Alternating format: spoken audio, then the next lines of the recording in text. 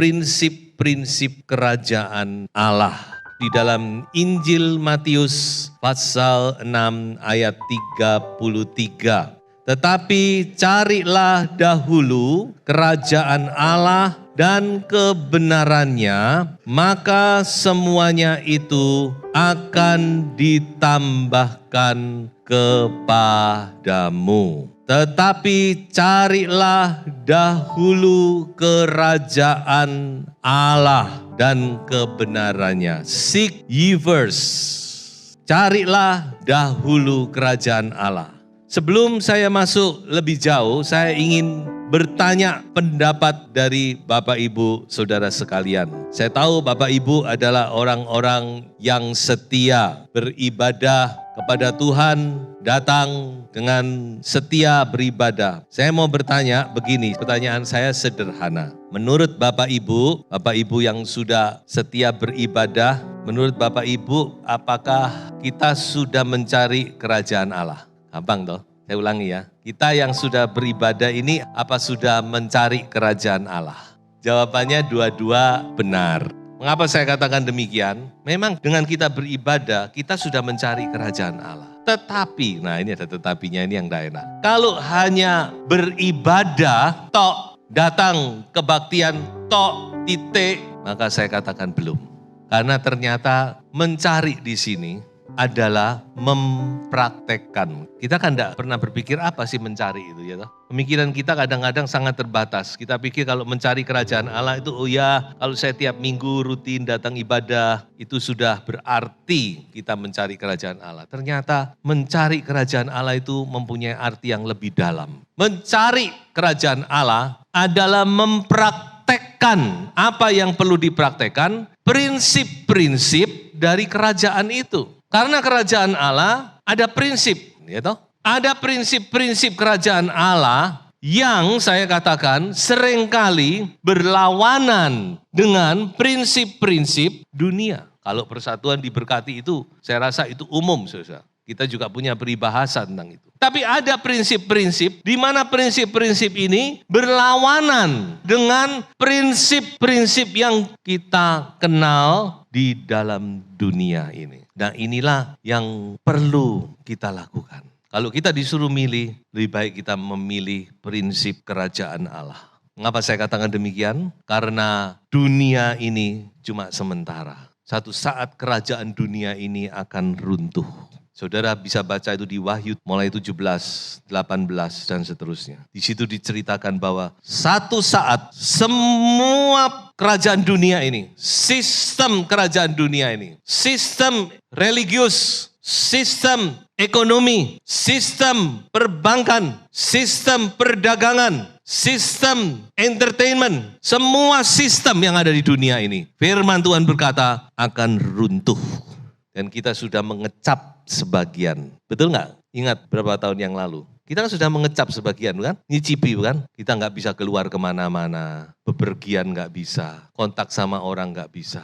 Pesta pernikahan dibatalkan. Betul nggak? Ekonominya anjlok semua. Tutup semua. Itu baru Tuhan kasih icip ini loh. Bahwa firman Tuhan itu satu saat pasti digenapi. Oleh sebab itu pilihlah prinsip kerajaan Allah. Karena kerajaan Allah itu kekal selama-lamanya. Amin. Kerajaan Allah akan kekal dan berkuasa sampai selama-lamanya. Baik, saya akan masuk. Hari ini saya akan bicara 5 prinsip. Prinsip pertama adalah saya katakan prinsip jalan lebar vs jalan sempit. Nah, sudah bisa lihat bagaimana Tuhan Yesus berkata bahwa ada 2 jalan, ada 2 pintu, ada 2 gate pintu gerbang. Dan Tuhan berkata, masuklah melalui yang sempit, yang sesak. Sebenarnya bukan kata sesak. Sesak itu kalau kebanyakan orang itu sesak. Ya, tapi lebih berkata hard, yang sukar. Nah coba saudara renungkan. Kalau ada 2 jalan, satu jalan sempit, satu jalan lebar. Kita milih jalan mana? Jalan lebar pasti. Tapi Tuhan Yesus berkata, masuklah melalui jalan yang sempit, melalui pintu yang sempit. Dan ketika saya renungkan nama jalan, nama pintunya ini apa? Pintunya namanya pintu penguasaan diri, perhatikan saudara. Dan jalannya namanya jalan penyangkalan diri. Siapa yang mau? Kita enggak mau saudara.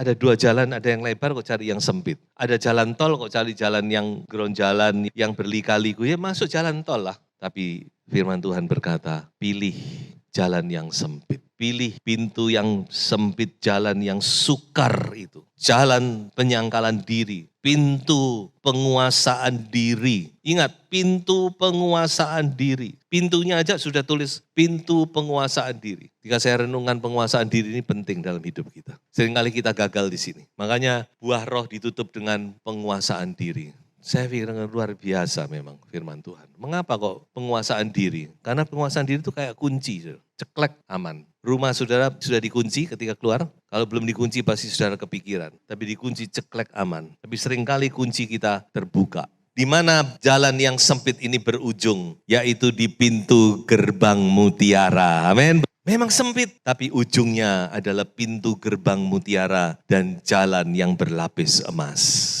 Yang kedua, prinsip yang kedua adalah prinsip terbesar jadi yang terkecil. Namun kamu janganlah demikian. Yang terbesar di antara kamu hendaklah menjadi seperti yang paling muda dan pemimpin menjadi seperti pelayan. Aku ada di tengah-tengah kamu sebagai pelayan. Kalau kita gabungkan dengan Injil Yohanes, saya yakin ini berkaitan dengan Yohanes 13, di mana kemudian Yesus mengikat pinggangnya, mulai membasuh kaki murid-muridnya.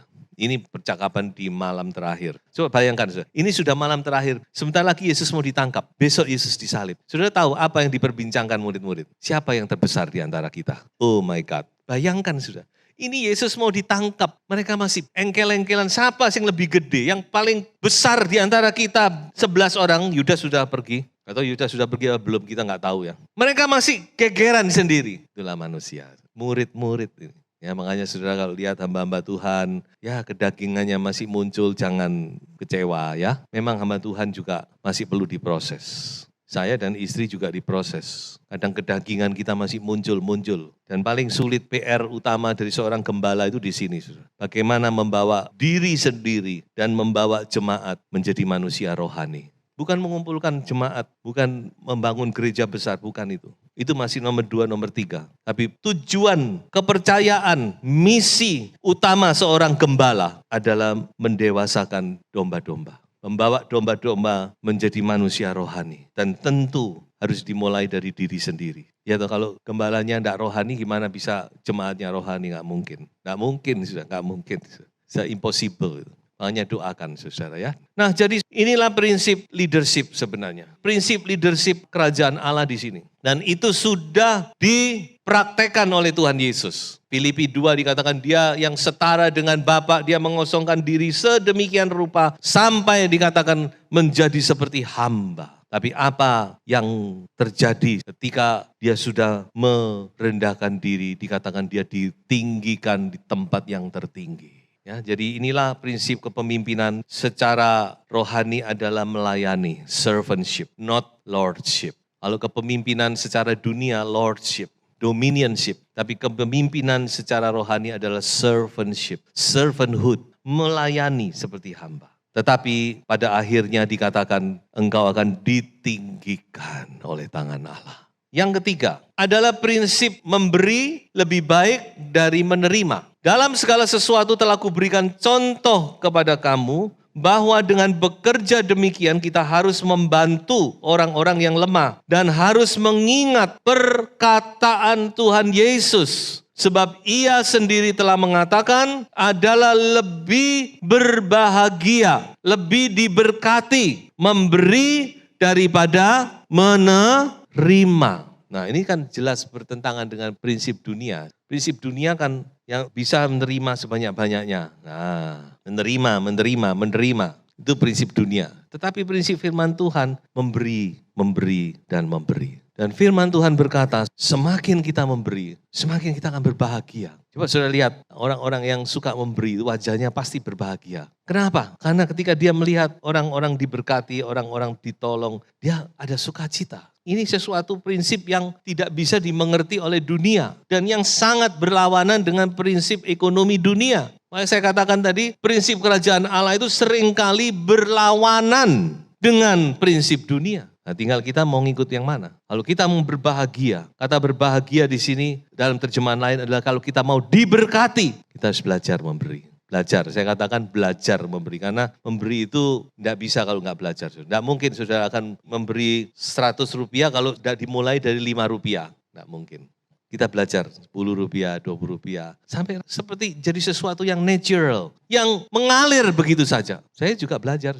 Nah, apa yang kita dapatkan ketika kita memberi? Tuhan berjanji, mari kita baca saja. Berilah dan kamu akan diberi. Suatu takaran yang baik, yang dipadatkan, yang digoncang-goncang, dan yang tumpah keluar, akan dicurahkan ke dalam ribaanmu. Sebab ukuran yang kamu pakai untuk mengukur akan diukurkan kepadamu. Saudara, kalau saya mau bersaksi, waduh banyak sekali. Pertama memberi, aduh rasanya berat. Gak sangka dan tidak saya bayangkan. Baru memberi sekian, Tuhan kembalikan puluhan kali lipat. Di situ kami belajar, nyata Tuhan itu menggenapkan janjinya. Makanya sudah tidak usah bingung di YouTube, banyak sekali perdebatan ini, itu. Biar yang berdebat, yang penting kita diberkati, amin. Itu saja, tidak usah ikut-ikutan perdebatan di YouTube. Yang nomor 4, kelemahan adalah kekuatan. Nah ini juga aneh, lemah kok kuat. Lemah ya lemah, kuat ya kuat. Tapi firman Tuhan berkata, Paulus berkata, ketika aku lemah, maka aku kuat. Haleluya. Ketika aku dalam kepicikan, ketika aku dalam situasi yang di tempat yang bawah, di situ aku menjadi kuat. Kita kuat karena Tuhan yang menguatkan kita. Membuat kelemahan kita justru menjadi kekuatan kita. Jadi dikatakan oleh Rasul Paulus, mengapa dia senang? Bahkan di ayat lain dikatakan, kalau aku harus bermegah, aku akan bermegah atas kelemahanku, bukan atas kekuatanku. Saya pikir Paulus itu kalau zaman sekarang mungkin orang akan menganggap ya hamba-hamba Tuhan seperti kebanyakan orang. Bukan hamba Tuhan yang hebat, yang top-top itu. Karena Paulus nggak pernah muncul dengan kekuatannya, aku rasul yang dipakai Tuhan, tidak. Dia muncul dengan kelemahannya, dia katakan aku justru akan bermegah atas kelemahanku. Aku nggak ada apa-apa, yang kuat itu karena Tuhan menguatkan. Jadi mengapa kok firman Tuhan berkata ketika kita lemah kita kuat? Karena, sudah perhatikan ini, pada saat kita lemah kita mengandalkan siapa? Tuhan. Betul saudara? Ketika kita lemah, kita tidak mampu berbuat apa-apa. Kita bersujud di kaki Tuhan, kita menangis di hadapan Tuhan. Kita mohon belas kasihan Tuhan. Kita mencari Tuhan. Kita mengangkat tangan seperti kata Mazmur, di malam hari aku mengangkat tanganku.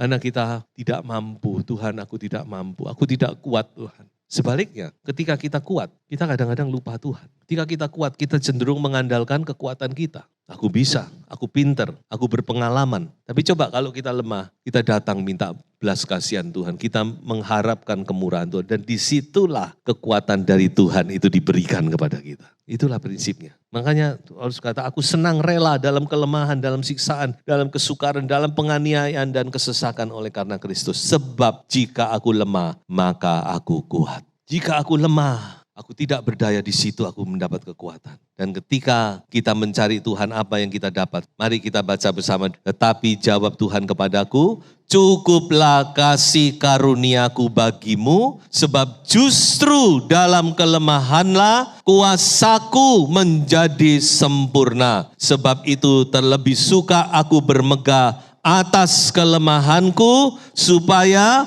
kuasa Kristus turun menaungi aku. Haleluya. Sebab itu kita tidak takut dengan segala macam siksaan, penderitaan, aniaya. Karena disitulah kita dipepet, saya katakan, untuk kita berharap kepada Tuhan dan bersandar kepada Tuhan. Ini prinsip kerajaan Allah. Yang kelima, saya menemukan 12 sih sebenarnya, tapi cukup untuk sementara ini 5 dulu. Prinsip yang kelima adalah percaya baru melihat. Nah ini juga prinsip yang bertentangan dengan dunia. Firman Tuhan prinsipnya yang bertentangan dengan dunia. Karena apa? Dunia harus melihat dulu. Yaitu harus saudara. Saudara beli barang ya harus lihat. Jangan percaya toh. Terus percaya. Hati-hati kalau zaman sekarang bisa diakali orang. Kita harus melihat, memang dunia harus begitu. Melihat dulu, oh ya betul. Oh betul tanahnya sekian, oh ukurannya sekian. Oh betul suratnya ini betul, resmi dan seterusnya. Oh betul kualitasnya begini. Harus. Tetapi di dalam kerajaan Allah, prinsip dari kerajaan Allah, percaya dulu baru kita melihat.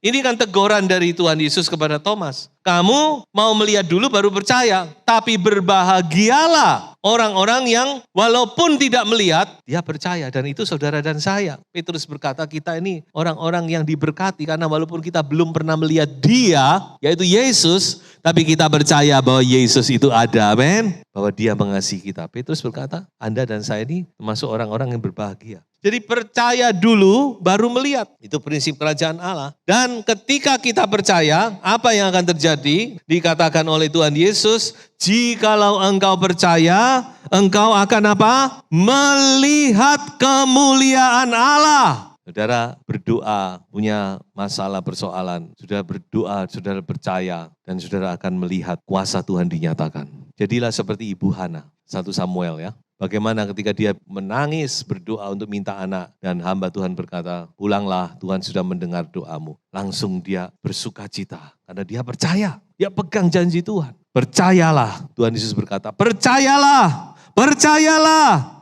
percayalah. Maka engkau akan melihat kemuliaan Allah. Amin. Kalau saudara percaya, saudara juga akan melihat kemuliaan Allah. Haleluya. Sebagai kesimpulan khotbah saya, jangan kita puas hanya menjadi church goers. Church goers itu apa? Orang-orang yang cuma datang ke gereja. Tapi jadilah seorang kingdom seekers. Orang-orang yang mencari kerajaan Allah, yaitu orang-orang yang mempraktekkan prinsip-prinsip kerajaan. Tuhan Yesus memberkati.